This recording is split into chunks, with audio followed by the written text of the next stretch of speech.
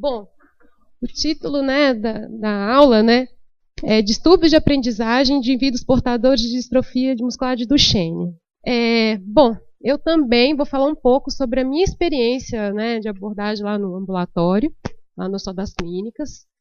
É uma realidade, assim, que a gente fica, às vezes, né, a equipe questionando o que a gente pode fazer mais, né, porque a nossa vontade, de fato, era trabalhar como se fosse uma equipe do NASP, sabe, em todas as escolas, tentar fazer um projeto de lá, intervir mesmo. Mas, nesse momento, o que nós conseguimos fazer, de fato, é orientar, né, por meio de... a gente faz uma carta, né, um relatório orientando os professores, os profissionais que estão envolvidos com esses pacientes nos centros de referência. E aí vamos acompanhando, vamos vendo o que vai acontecendo. Mas a vontade é essa, sabe? E um pouco mais adiante aí nesse processo. Aqui é a minha atuação, a formação.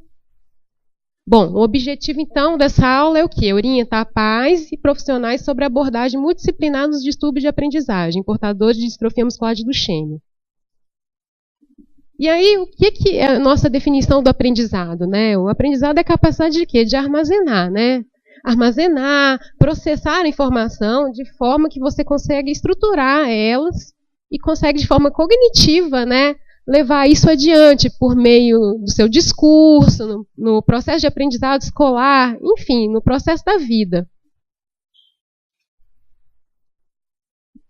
E aí, o que envolve esse processo de aprendizagem, né? Ele envolve informações sensoriais, neurológicas, psicomotoras e psicológicas, né?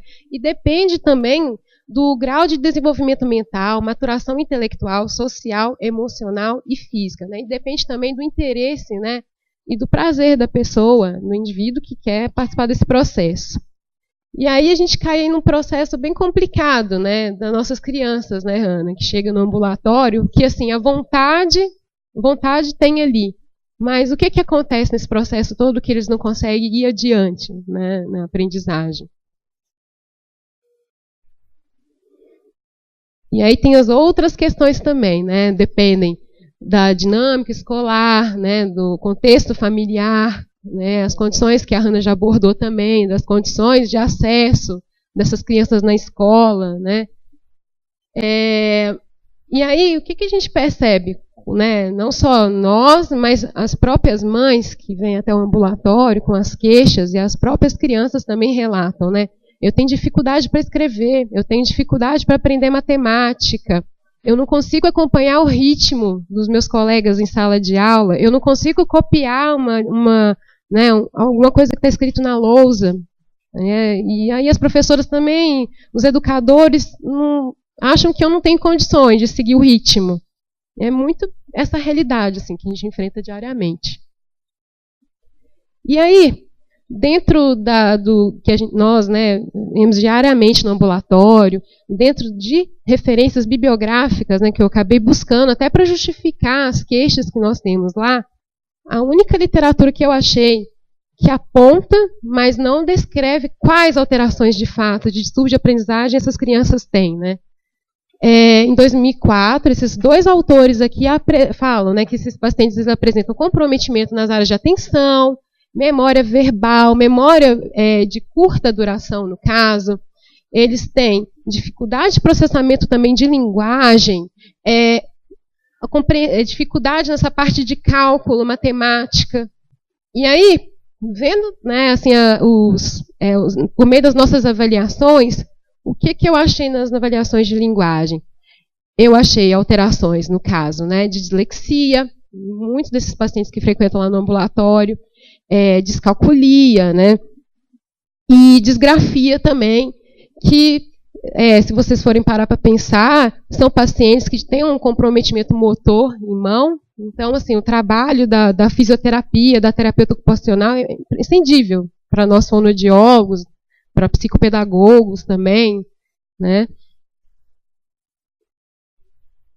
E aí, o que eu sempre faço nos meus relatórios, e assim, eu trouxe um pouco disso também para vocês, pais, educadores, né? Eu acho que as fonoaudiólogas que estão aqui, elas já têm esse conceito bem formado, então, para vocês isso não é novidade. Mas, assim, o objetivo da palestra mesmo, até quando eu fui, né, pensar, eu falei, não, eu preciso orientar esses educadores, né, que estão ali na escola e que não entendem se, será que é um distúrbio? Será que, né, a maioria das vezes, professores acham assim, tá com um pouco de preguiça, sabe?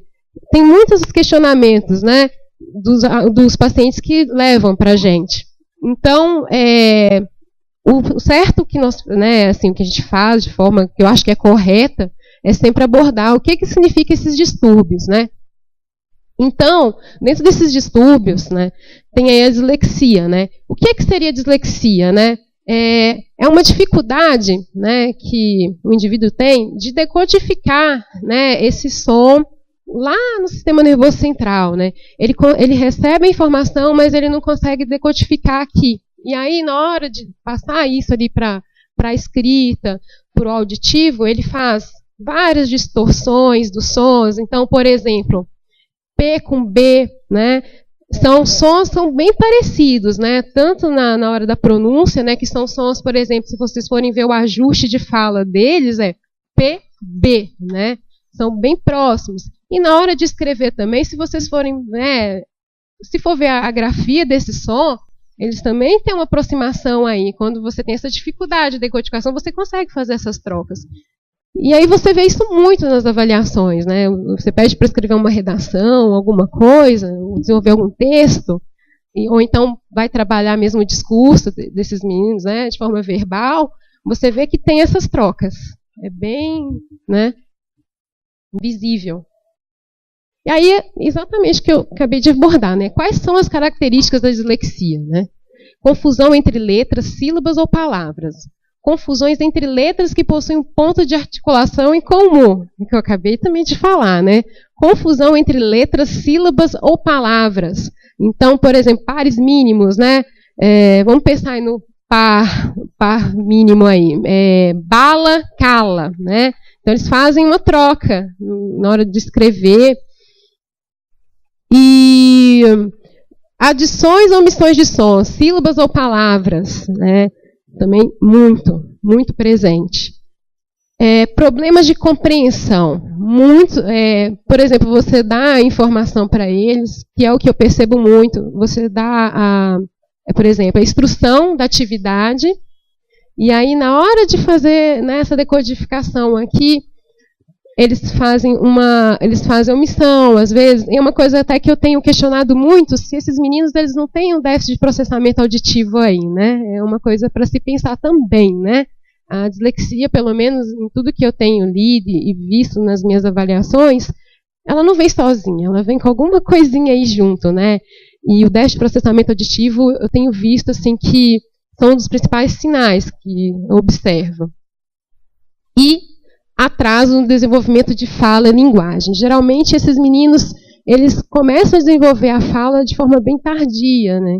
Pelo menos, assim, pelo relato das mães, que eu recebo lá no ambulatório, começa por volta mais ou menos de 3 anos, demora um pouquinho mais. Se for parar para pensar naquela avaliação de desenvolvimento da comunicação que a gente usa para avaliar os meninos, eles estão nessa faixa etária aí, né? E déficit de atenção, né? Sempre déficit de atenção. E aí é uma coisa que eu sempre faço nas cartas, né, nas minhas orientações, sempre colocar esses meninos na frente, nunca colocar eles no meio da sala, sempre colocar mais na lateral, né? De preferência, de vista assim com o professor, né? Até para eles observarem mais os pontos articulatórios, né? Porque para melhorar essa decodificação. Aí as outras características, né? Fraco desenvolvimento de coordenação motora. Isso aí é um problema, é o principal problema que eles chegam lá. Eu pergunto sempre, né? Como é que está na escola? Aí eles falam, então, é difícil, eu sinto muita dor na minha mão, eu não consigo copiar. E aí a professora fala que eu estou com preguiça. Às vezes é uma preguicinha, né, gente? Dá uma preguicinha, né? Mas não é sempre, né? E aí eu sempre chamo, né, a Hanna, a Roberta, terapeuta ocupacional, para poder fazer uma avaliação conjunta. E assim, sempre dá alguma dificuldade aí motora. E aí as meninas fazem a intervenção e aí eu peço para evitar ao mínimo cópias, né? Sempre eu peço aos professores para fazer impressões desse material e escrever o mínimo que eles puderem. É o que eu sempre peço, né? Difícil, né, gente? Porque a maioria dos pacientes, eles estudam em escola pública, né? Nem toda escola a gente consegue uma impressora, né? Os professores têm acesso, condições de ter uma impressora para imprimir material didático, né? Para os alunos e tal. E muitos dos pacientes também, às vezes a gente pensa, um computador, quem sabe um computador? Alguns têm condições, né? Tem condições de arrumar um computador, mas outros não. E, então a gente tenta pedir isso, passa nesse relatório a orientação, o mínimo de cópia possível, né? Dificuldades na aquisição de habilidades linguísticas. Isso é muito presente, né? Eles têm uma dificuldade aí na parte da pragmática, da semântica, né? Da questão da semiótica, né? Da organização do pensamento ali na semiótica. Então, a dificuldade da expressividade. Eles têm uma dificuldade, por exemplo, vocês contam um caso para eles, pode ser o caso mais assim absurdo, né? Para trabalhar um pouco do raciocínio, né, da compreensão e para eles pensarem, nossa, é um absurdo ou é uma coisa alegre, né, uma coisa engraçada. Eles têm essa delimitação aí, tá, na parte de semiótica. E igual ali, dificuldade na leitura também. Na leitura é bem visível, né? Eu sempre coloco eles para ler textos um pouco mais curtos, né? E aí a dificuldade é a seguinte, eles começam a omitir, né? Vai fazendo a leitura, aí começam a omitir, né? Começa aqui numa linha, aí de repente já passaram para a terceira linha, então tem uma dificuldade aí também de organização visual, né? Na hora de ler. E aí eu sempre oriento também nessa questão lá da leitura, de usar uns pontos de apoio. Eu não sei como que vocês falam aqui, mas eu falo ponto de apoio. Vocês foram, né? Vocês podem me falar melhor. Que é umas reguinhas que a gente vai colocando assim, para eles seguirem, né, essa leitura, a sequência certinha, né? E assim, que também eles têm um grande desempenho, né? Provas orais. Prova oral é uma maravilha, esses meninos vão muito bem em prova oral. Então, é uma coisa que eu sempre falo para os educadores, olha, tenta, se possível, aplicar a prova de forma oral, porque, por isso que eu falo essa questão da dificuldade, né? É um déficit de processamento auditivo, né? Eu acho, assim, que eles conseguem, mas tem que trabalhar essa questão da organização do pensamento, né? A questão das habilidades linguísticas, que vai muito bem. Mas, para isso, a gente tem que detectar quais são as falhas aí de processamento, né, que eles têm, linguístico, e de processamento auditivo também. Aqui está um grande exemplo de um menininho que eu avaliei no ambulatório. E aí eu dei algumas frases, algumas sentenças para ele de forma oral, para ele fazer a cópia, né? Então, se a gente for para pensar lá, Pedro gosta muito de chugar a bola, né? Chugar a bola, né? Então, é chutar, né? E aí ele colocou ali, chugar a bola no jardim, né? Então, tchan, tchan, né? Se for parar para pensar o ajuste, né, fonos, vocês que estão aí, né, são ajustes fonéticos próximos, né? Se for parar para pensar. E ali, deixa eu só ver o que está ali. E encontra aos amigos, né? Então aí já aparece o quê? Uma omissão, né? Uma omissão de fonema, bem clássico, né? E jutar, eu agora nem estou lembrando mais desse.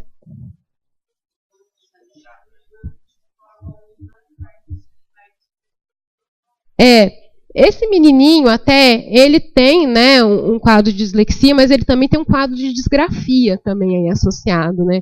É uma coisa até que eu tomo muito cuidado, até para poder apontar a disgrafia, porque são meninos que têm uma dificuldade motora em mão, né?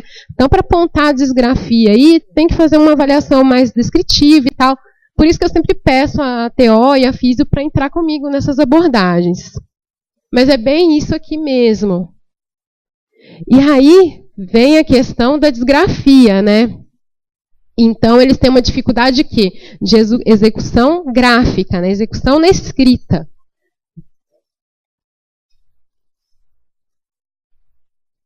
Então, assim, a letra, ela é totalmente assim, ela não tem, por exemplo, você pode até dar um caderno para ele com pautas, né? E vai marcando, ele imita as linhas para eles escreverem. Eu solicito, né? Em 3 linhas, você vai colocar, eu dou o exemplo, a referência para eles poderem fazer a cópia do texto. E aí o que acontece? Não consegue seguir, né? A maioria das vezes começa, é uma força que eles fazem na mão para poder escrever, que aí o lápis quebra, e aí eles começam a escrever pequenininho, de repente escreve grande e vai perdendo o controle motor, tá? O traçado exagerado e grosso, né? E a grafia trêmula, né? Eles conseguem segurar ali para escrever, mas assim, bem trêmulo. E aí, essa parte aí, essa falta de controle, né? Motor. Erros e borrões que quase não deixam possibilidade para a leitura da escrita, né? Vocês viram ali no texto, né, do menininho, né? Algumas coisas eu não consegui ler por causa disso. E uma dificuldade, né, de utilização correta do instrumento, né, que é o lápis. Então, aí entra a TO, que trabalha com essa parte aí de adaptação, né? Um lápis com aquela borrachinha, né? E vai por aí. Aí está um texto, né? Esse texto aqui, caiu uma chuva nele no dia, aí eu peguei e só fiz o recorte do que sobreviveu do texto, que é um caso bem clássico, assim, né? Então, se vocês forem parar para ver, ele escreveu ali o Circo de Mateus, né? Que era a história que ele queria escrever. Aí, você lendo assim, você vai entender o que vocês acham na escrita? Ali embaixo. O urso de Mateus, né? É bem... E aí, ali a sobreposição. Peraí, deixa eu só ver. Onde que eu marco aqui? A ponteira aqui? No centro? Ah, tá. Aí aqui, ó, a sobreposição. Aqui. Tá vendo? Opa! E aí a desorganização do texto, né? É uma desorganização completa. Eles não conseguem seguir, mesmo se você der um caderno com pauta para eles apresentam essa dificuldade, tá? E aí vem a descalculia, né? Que é a dificuldade na parte de números, na parte de matemática, que é o caso mais complicado. Porque a psicopedagoga faz a avaliação, ela fala, ele tem uma dificuldade na matemática, mas assim, mas a dificuldade dele é uma dificuldade, né, da didática, né? Será que é uma dificuldade com a didática, o conceito que está sendo passado para ele, ou é uma dificuldade, um distúrbio mesmo de aprendizagem, né? Esse é o questionamento. Então, a dificuldade de compreender e manipular números, né? Você dá um problema para ele resolver, né? Joãozinho foi na venda com R$5 e comprou R$3 de bala.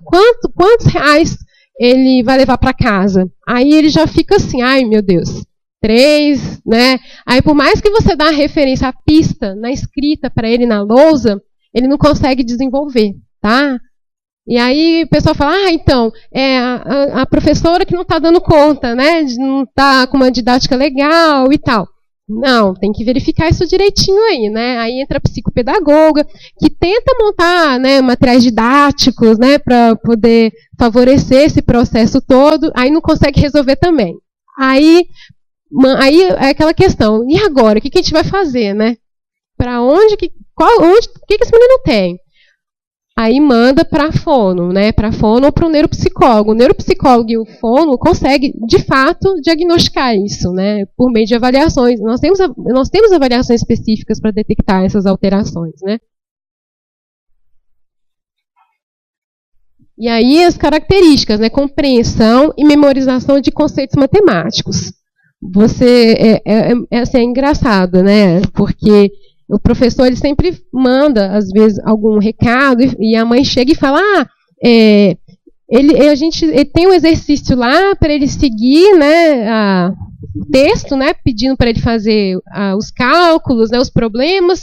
Aí, quando ele terminou de ler o texto, aí você pede para ele, fala o que é para fazer. Aí ele, não sei, né, o fulano foi na venda, mas eu não sei, o que é, sabe? Fica desse jeito. E é bem atrapalhado, assim, o raciocínio.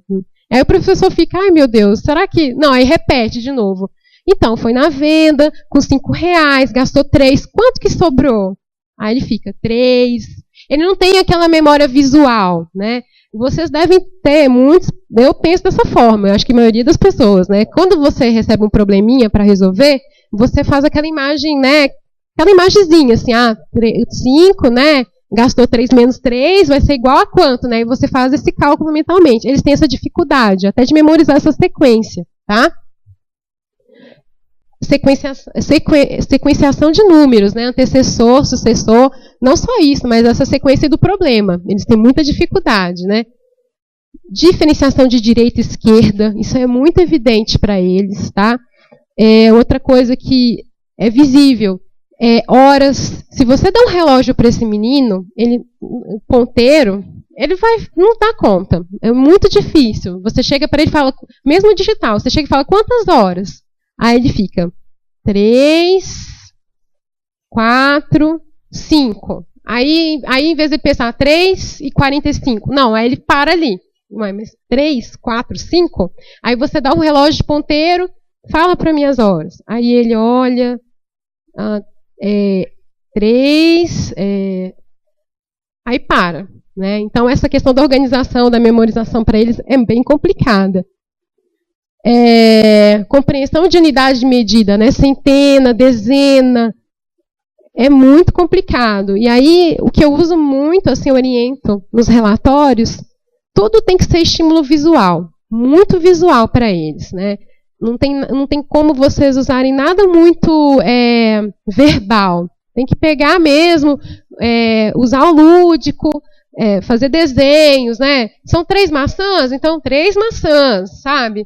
E vai fazendo ele evoluir nesse pensamento. 1, 2, 3, para dar esse reforço para eles. E vai por aí. Tudo tem que ter reforço visual. Então, eu já falei aqui, né? Tarefas que impliquem passagem do tempo. Relógio, né? Resolução de operações matemáticas através de problema proposto, também já falei, né? E utilização de compasso, calculadora, aula de geometria, por exemplo, para eles é bem complicado. Tem que ter mesmo essa questão do aspecto do estímulo visual. Tá? Aí está um grande exemplo de descalculia, né? E aí vocês estão vendo aqui, ó. O que é que vocês imaginam que isso aqui seja? Um 12. Isso aqui é um 12, tá? Por quê? Também tem essa questão aí de comprometimento visual, tá? A parte gráfica também, né? Que é um pouco parecido aí se vocês forem pensar na disgrafia, né? Então, eles têm essa dificuldade, eles sabem que, eles não têm essa referência assim, o 7, né, faz um número lá. Eles fazem, por exemplo, qual que é o número que eles fazem muito, que eu percebo? 9, 6. 9 e 6 é bem complicado para eles. Você pede para eles fazerem a leitura dos números, você pede, escreve de 1 a 10. Aí eles vão lá, né? Deixa ali um 9, né? O 6 aqui, ó. Um grande exemplo, ó. Olha o 6 aqui, como é que tá. Aí eles contam, 6. Mas 6, isso aqui é o 6 mesmo? É o 6. Ou então, isso aqui é o 9, né? 9. Aí você fica, mas 9? Mas o 9 é assim? Aí ele já. Então, assim, o reforço visual para eles é muito importante. Tem que ter sempre, para eles seguirem referência. Tá? E ali, ó, o 12, né? E o 3 aqui também. Olha como é que está o 3, né? Totalmente invertido. Então, como que funciona lá no ambulatório, né? O diagnóstico, né, é importante nesses casos, porque isso aí pode comprometer o quê? Todo o processo de aprendizagem dessa criança, né, se vocês pararem para pensar. Isso desmotiva, né? Porque o que acontece é o seguinte, eles chegam lá no ambulatório, tem meninos que já estão com 16, 17 anos, eles estão lá no 2º grau, mas eles não estão alfabetizados. E aí, quando você vê aonde está a falha, está aqui no distúrbio, né? E aí, por que não foi visto isso antes, né? Por que né, os pais não procuraram ajuda? Falta de informação, falta de conhecimento mesmo, né, de acesso. Os profissionais, né, eu falo que os professores, gente, vocês tinham que ter, assim, uma formação extra, né, para lidar com essas situações em sala de aula. Porque como que vocês vão detectar, sendo que vocês não têm, né, não tem um tipo de orientação para isso? Então, a gente nós, né, da equipe, fazemos um diagnóstico, né, um diagnóstico de exclusão, a gente pensa em tudo. E aí, detectou o problema, né, por meio de avaliação multidisciplinar, a gente começa já a montar as condutas, orientar mesmo, sabe? Mandar carta para os professores, orientar os pais, orientar os profissionais que estão ali atendendo esses meninos, né, que a maioria, eles vêm de outros estados, de outras cidades, ou fazem tratamento em algum lugar mais próximo de casa, né, com equipe multidisciplinar, e isso tem resolvido muita coisa, sabe? E tem melhorado também a autoestima dos pais e das crianças, porque os pais ficam numa situação que eles ficam pensando, mas sabe, o que eu vou fazer, né? Ele vai para a escola, ele não desempenha, ele não consegue alfabetizar, o que eu faço, né? E aí, a partir disso aí, a gente consegue andar muito, sabe? Dar um grande salto aí. E aí, a nossa atuação, né? Tem o médico, né, o neuropediatra, tem o fonoaudiólogo, tem o psicopedagogo que tem que andar de mão dada conosco, né, comigo e com o fonoaudiólogo, né? Comigo, detalhe, comigo, né, que sou fonoaudióloga, a terapeuta ocupacional também, acho que todo mundo ali, a gente tem que andar juntinho, não tem como não andar separado.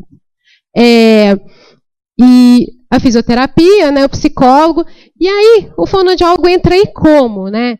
A primeira abordagem que a gente vai fazer, trabalhar nessa parte da linguística, né, que é um campo que, se for parar para pensar, dentro da graduação de fonoaudiologia, nós temos as disciplinas, mas pensar nisso como forma de intervenção na parte clínica, na abordagem clínica, pouco se pensa, né? Às vezes, eu recebo relatórios, ele não consegue, ele tem um atraso de desenvolvimento. Tá, um atraso de desenvolvimento, mas e aí? Que atraso de desenvolvimento é esse, né? Tem alguma habilidade linguística afetada aí? Né? Foi feita uma avaliação para ver se está tudo no seu devido desenvolvimento? Aí são os questionamentos. Aí eu até, no meio do meu relatório, faço uma avaliação, eu mostro quais são as habilidades linguísticas que estão afetadas, eu oriento nessa parte de estímulo da leitura escrita, né? E aí tem aqui as principais funções que a gente tem que trabalhar desses pacientes, né? Percepção auditiva, percepção visual, memória tática, sinestésica, organização, né? E equilíbrio também, né? Essa parte aí, a FIS e a TO trabalham muito bem, né? Mas igual a gente estava conversando ontem, né, Ana, sobre essa questão de equilíbrio. Trabalhar a posição desse aluno em sala de aula é primordial, porque se a carteira não está bem adaptada, como que ele vai ter um ajuste no braço adequado para ele poder... Imagina esse menino que tem uma criança dessa que tem alteração de disgrafia, por exemplo. Como que ele vai trabalhar essa escrita se a carteira não está bem posicionada, a cadeira também não está dando uma altura adequada para ele, né? Não tem como nós fazer nosso trabalho sem isso também, né? Tem que andar todo junto. E aí as considerações finais, né? Que eu acho assim, o diagnóstico é imprescindível para o sucesso escolar, né? Para esses profissionais darem continuidade aí nesse desempenho, né, da aprendizagem.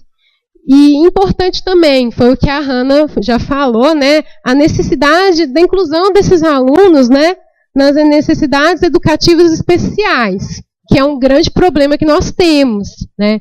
Muitos alunos desistem de ir para as escolas porque não tem um mobiliário para, né, atendê-los na escola. As salas são em lugares que não são muito bacanas para eles, né? Então, isso é bem complicado. E outra coisa que é bem importante é vocês terem consciência do que é, né, no caso, né, o processo de evolução da distrofia muscular de Duchenne, e até para vocês saberem como profissionais, né, como delimitar essas condutas, como ir passar essas orientações para os professores, porque eles precisam da nossa ajuda. Tá? A gente tem que estar ali, uma coisa que eu falo muito importante, o fonoaudiólogo, isso é uma coisa que, assim, na formação da fonoaudiologia, né, na parte escolar, se você for ler os textos de fonoaudiologia, eles falam, a visita do fonoaudiólogo na escola é importante. É a partir daquilo ali, é que você vai ver como que o menino comporta, como o menino atua ali no desempenho escolar dele, e também como que você vai ajudar nesse processo aí com os professores. Isso tem que acontecer, tá? E isso é o que me deixa um pouco triste, porque eu não tenho visto isso muito acontecer, sabe? Do fonoaudiólogo estar inserido e procurar saber, ouvir um pouco também esse educador, orientar ele sobre isso. E eu acho que a mensagem também serve para os educadores, para vocês procurarem as equipes multidisciplinares que atuam com essas crianças e procurar saber o que acontece, como que vocês podem se posicionar perante esses meninos, o que vocês podem contribuir. Né? Eu estou com dificuldade, né? Eu passo atividades para ele não consegue concluir as atividades. Então, deixa eu ver lá com o psicopedagogo, deixa eu ver com a fonoaudióloga como que eu posso melhorar isso aí para o desempenho dele, né? E, enfim, tudo isso é para potencializar o processo de desenvolvimento de aprendizagem. Acho que isso é primordial, assim. Enfim, essa é a mensagem que eu trouxe para vocês. E aqui está meu e-mail, eu fico disponível, se vocês tiverem de dúvidas, quiserem discutir. Eu gosto muito, eu falo que eu gosto muito de receber e-mails das pessoas, né, dos educadores, que eu sei que vocês têm ânsia de querer aprender, e muitas vezes, por falta de acesso, vocês não conseguem desempenhar um trabalho que vocês gostariam de fazer de forma bacana aí, né? E os fonoaudiólogos também, vocês fiquem à vontade para poder, né, discutir e tal. Enfim, gente, muito obrigada. Alguém tem uma pergunta? Por favor. Oi, eu sou fisioterapeuta e a gente observa, nós três, né, somos, a gente observa mesmo essa alteração, essa dificuldade de aprendizado das crianças, até mesmo durante o nosso atendimento, de contagem, de leitura que a gente faz no meio da brincadeira, né? Existe qual que é a fisiopatologia que justifica essa alteração, essa dificuldade, uma vez que a causa da distrofia é física, né? É neuromuscular, é uma distrofia, é a ausência da distrofina. O que fisiopatologicamente ela altera na aprendizagem dessa criança? Não sei se existe alguma justificativa para isso, se já tem estudos que justificam para a gente. Então, o que eu andei lendo na literatura é que essas crianças elas apresentam um comprometimento aí no sistema nervoso central. Então, é onde que eles recebem informação, sobe para cá e aí, quando vai fazer a passagem, a distribuição para os hemisférios, aí se perde muita informação. Mas esse comprometimento é por causa da alteração da distrofina mesmo? Então, durante a gestação já tem então essa alteração, como se fosse um déficit intelectual? Nem todos os casos, né? Falar, doutora? A doutora é qualificada. A proteína distrofina ela já está diferenciada no feto a partir da 8ª semana gestacional.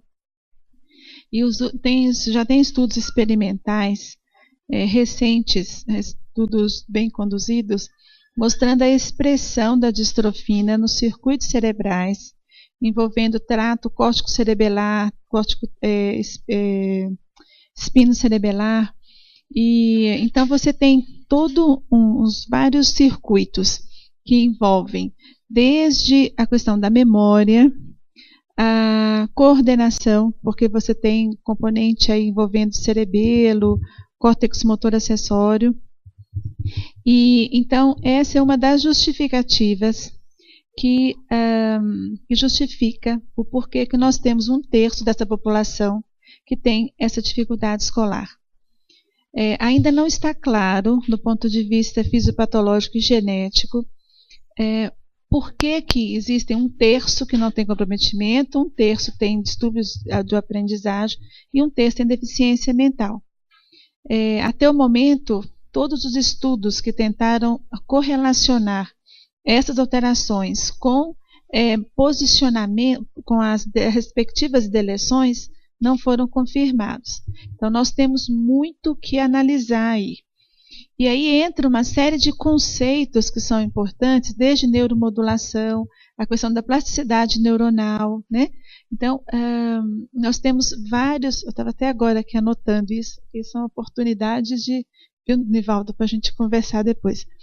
Mas tem uma série de conceitos evolutivos que estão envolvidos, nós temos gaps, né, falhas nesse desenvolvimento, que esses estudos estão mostrando, e realmente tem relação com a ausência da distrofina, né?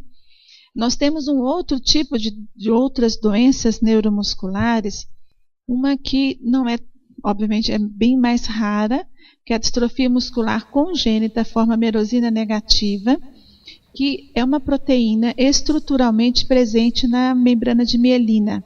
Então, quando nós fazemos a ressonância magnética desses bebês, eles têm uma alteração difusa de substância branca, mas intelectualmente são muito inteligentes. Eles têm uma inteligência ultra privilegiada, são bebês, e mostrando então tratar-se de uma proteína, obviamente, estrutural, ela ancora, digamos, seu colágeno, né? Mas esses estudos experimentais já estão abordando camundongos com essa distrofia, que nos ensinam, está nos ensinando também um pouco mais com a questão da distrofia de Duchenne. A miotrofia espinhal é a mesma coisa, né? As crianças são extremamente inteligentes, mas já é uma outra fisiopatologia, já não se trata de deficiência de uma proteína. Mas, assim, é muito importante essa interface aí. Essa abordagem que as meninas trouxeram é uma abordagem nova, né, no sentido assim, dentro do âmbito de um hospital terciário, como é o Hospital das Clínicas, que nós, no início, né, a abordagem, sempre tivemos um olhar para o neuropsicológico, para essa questão. Mas hoje nós estamos efetivamente com a vinda da Roberta para dentro do ambulatório, ela tem um olhar, uma Roberta T.O., e a Vanessa, que também tem um processo importante, enfim, as meninas da Físio, a Hanna, e é um cenário, é uma oportunidade de estudos que está se descortinando de uma forma muito rica, né? Então, nós estamos agora no momento de grandes estudos experimentais que foram publicados nessa linha.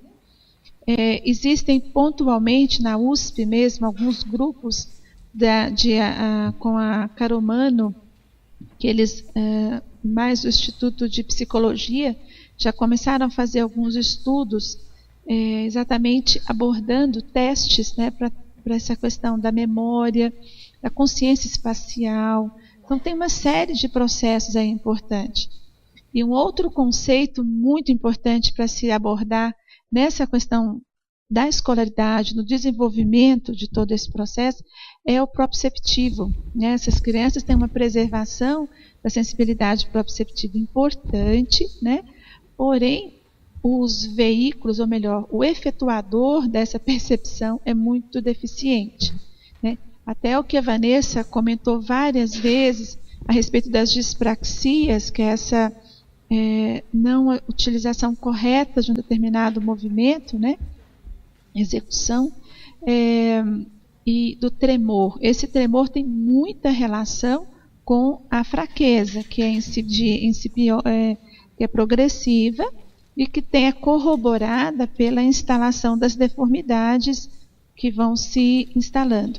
E vale aqui uma observação que as deformidades de membros inferiores, as retrações, a velocidade de instalação, a progressão, a literatura contempla muito bem. Sempre foram bem estudados, estudos, a Isabela, eu acredito que vai abordar bem isso daqui a pouco, mas praticamente correlacionada, assim, quase no mesmo tempo espacial, nós temos a instalação das deformidades, das retrações de membros superiores, elas são tão precoces quanto. Só que existe na literatura ainda um gap, uma carência mesmo de estudos, de compreensão dessa evolução. Então, assim, hoje, esses conceitos, essas grandes oportunidades que chamam mesmo a necessidade de estudo, é muito interrelacionado. É a questão cognitiva e motora, né? Então, a intervenção da terapia ocupacional nos membros superiores reverte as retrações. Então, quanto mais precocemente, adequadamente conseguimos detectar e intervir, nós conseguimos ganhar muito a função, restabelecer a função, né? Obviamente respeitando a fraqueza. Membros inferiores nós conseguimos estabilizar, retardar, mas não conseguimos reverter com as intervenções, tanto que oportunamente as cirurgias são necessárias. Mas são segmentos interessantes aí, né?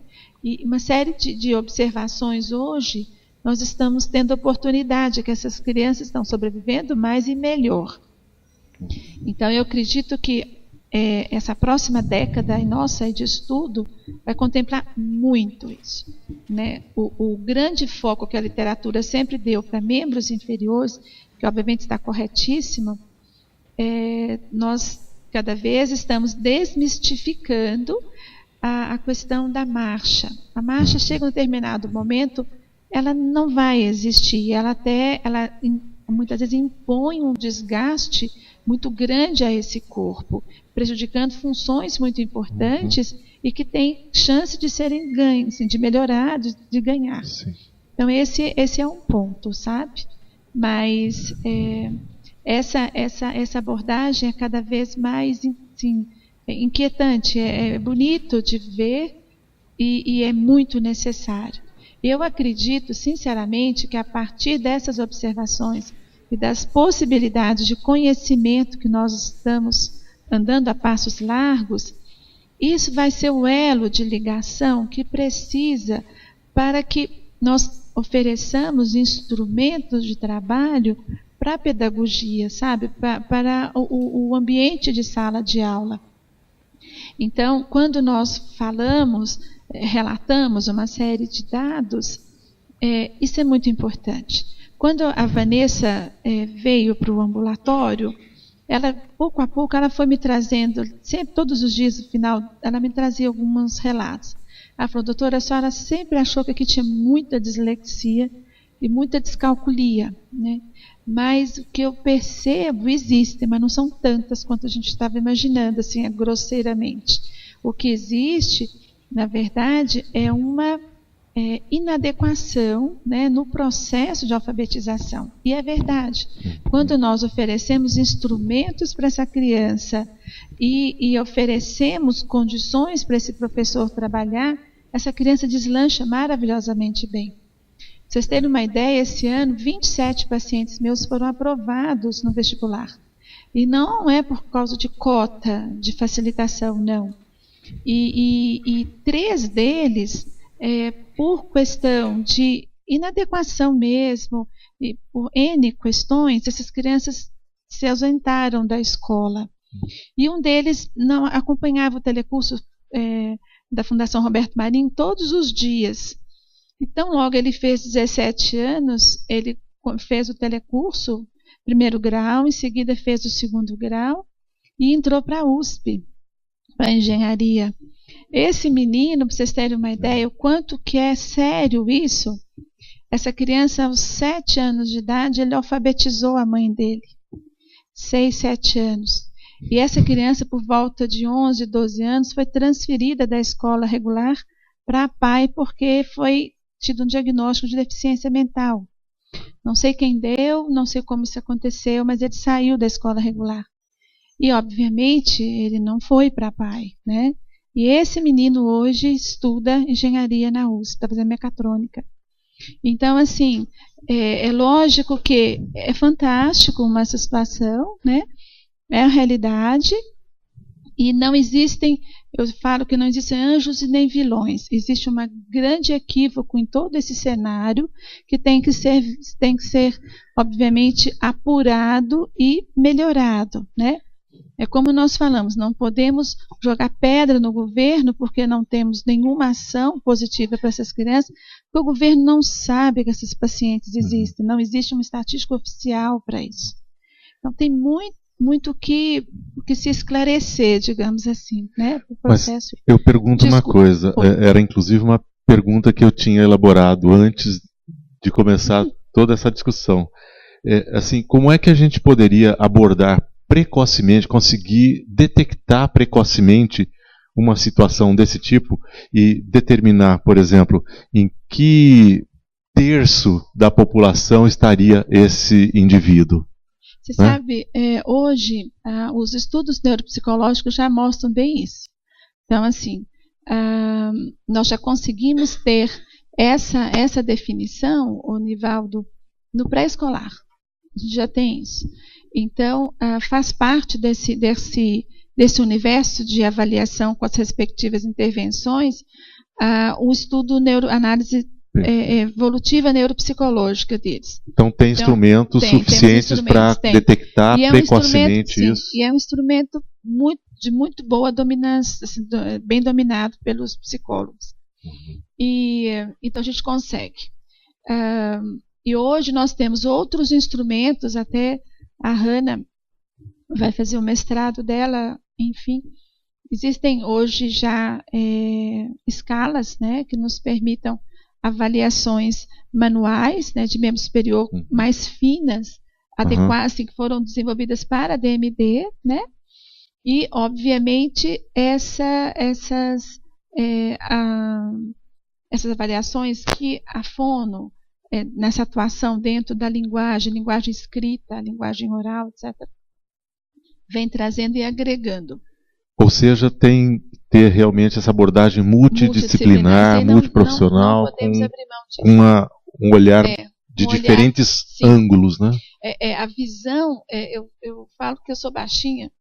Quando eu era pequena, um dos meus passatempos prediletos era todo fim de tarde eu subia com meu avô num topo lá no morro, lá na fazenda, e eu subia num observatório que ele construiu na árvore para ver 360 graus o entorno da fazenda. E nós temos que ter essa visão mesmo, sabe? Você tem que estar aqui e olhar tudo. E para isso realmente cada profissional tem um valor ímpar e igual, né? Então esse é o ponto. Mas nós temos sim. Então o que nós precisamos hoje, os instrumentos nós temos o paciente cada vez mais estabilizado, temos os instrumentos, temos que capacitar. E, na verdade, está faltando, sabe? A orquestra tem os instrumentos, eles estão todos desincronizados.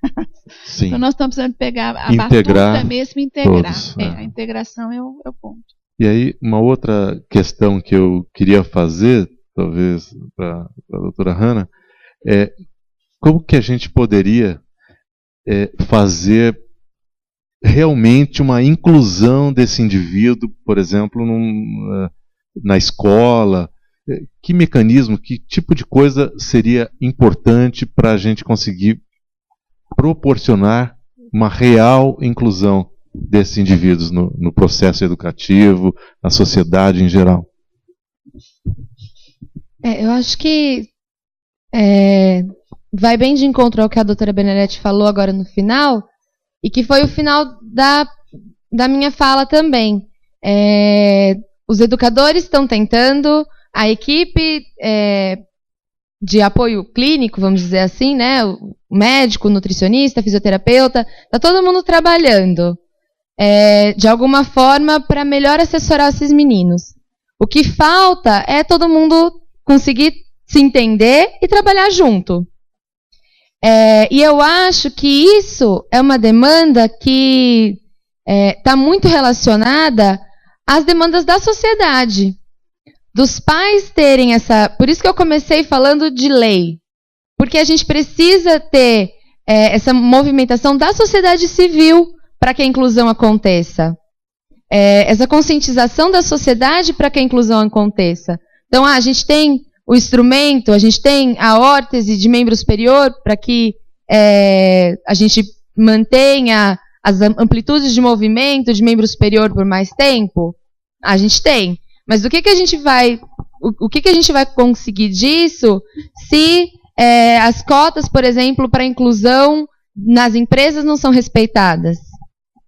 Né? Então, assim, a gente está dando condições para esses meninos, para eles explorarem o potencial deles, para eles terem oportunidades, mas em alguns outros momentos eles são barrados dessa convivência social, né? Então, eu acho que é esse momento de inclusão que a gente está vivendo hoje. Você fala do real. O real, pelos números que a gente mostrou do MEC, o real não é o ideal. Né? O real está bem longe de ser o ideal. E o que a gente quer é juntar esforços, e eu acho que esse é o propósito da gente estar aqui hoje, né, Carla? Juntar esforços de todos para que isso aconteça. Para que essa inclusão aconteça. Pode falar, Isa. Na verdade, assim, só uma observação. Eu tenho trabalhado muito junto com a Coordenadoria do Estado de São Paulo de doenças raras. E esse ano, enfim, por questão é um momento muito... Então, tudo para em função das eleições, todos os processos estão interrompidos. Mas tudo está caminhando para que já no próximo ano, de acordo com o próximo governador, independente do próximo governador, o processo já está sendo estruturado. O Estado de São Paulo, na Federação Brasileira, é o mais privilegiado em termos de processos, né? Então, já estão existindo, nós já estamos desenhando mecanismos de programas de capacitação envolvendo os mais diversos níveis, né, para abordagem e integração desses pacientes. Então, à medida que isso hoje, em breve, se transformará num programa ligado ao Estado, ao governo, né, do Estado, haverá um tempo, né, um período de capacitação, de adequação, para que a partir desse tempo nós já tenhamos uma prospecção, para que isso se transforme em lei, com estímulo mesmo para plano de carreira e etc., dentro do processo. Se não for por esse caminho, nós não vamos conseguir, né? E lógico que é raro você encontrar uma porta fechada. Sempre que você leva uma oportunidade de conhecimento, é difícil alguém não atender, né? não acatar. Mas para que o processo, esses números que são longe, muito longe do ideal, ocorram, precisa dessa sistematização. E, obviamente, para que isso se transforme em lei, a sociedade civil é que tem que determinar. Então, toda essa mobilização ela é fundamental. Acho que as ONGs, as entidades, enfim, as filantrópicas todas. Têm que se mobilizar, têm que trabalhar assim, em parceria, em conjunto, para poder exigir das entidades governamentais que as coisas aconteçam. Né? Existem no governo federal algumas tentativas já incipientes de montagem de algumas comissões.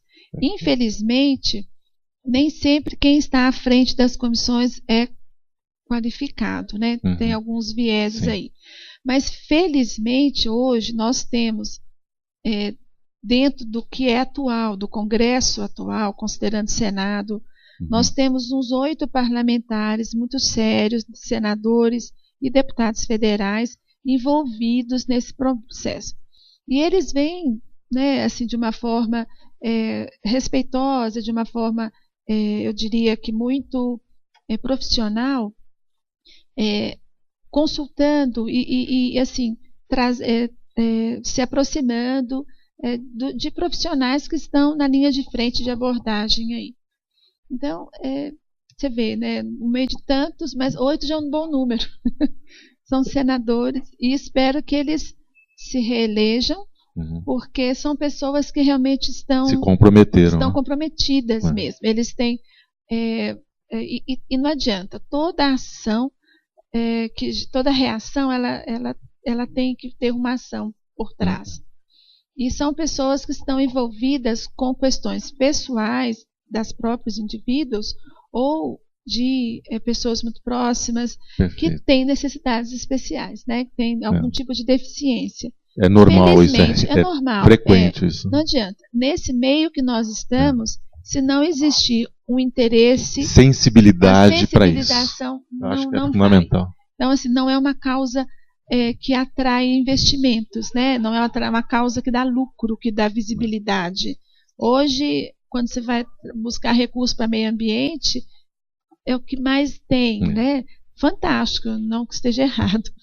Mas realmente o que diz respeito, a maneira desrespeitosa e não profissional que existe hoje na abordagem de tudo que diz respeito à educação e saúde no Brasil, o modelo que está aí não funciona. Então, devagarzinho, tem que ir criando mesmo outras formas. O que eu sei é que os ministros eu tive a oportunidade de estar num evento sobre concursos públicos e eu fui convidado justamente para falar sobre a legislação a respeito dos deficientes e a inclusão, a possibilidade de inclusão da pessoa portadora de deficiência, e eu fiz questão de levar alguma mensagem nesse sentido na época, e o que eu sei é que o Tribunal de Contas da União, pelo que eu saiba, eu tive contato com alguns dos ministros do Tribunal de Contas da União, eles estão pegando no pé das empresas, das instituições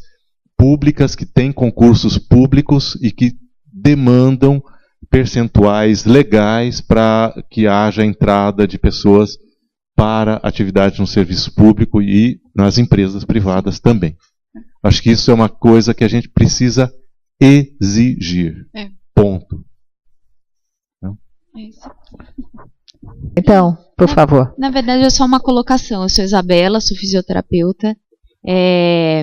Existe em lei, né? Em 96 foi criada Diretrizes de Base da Educação Nacional.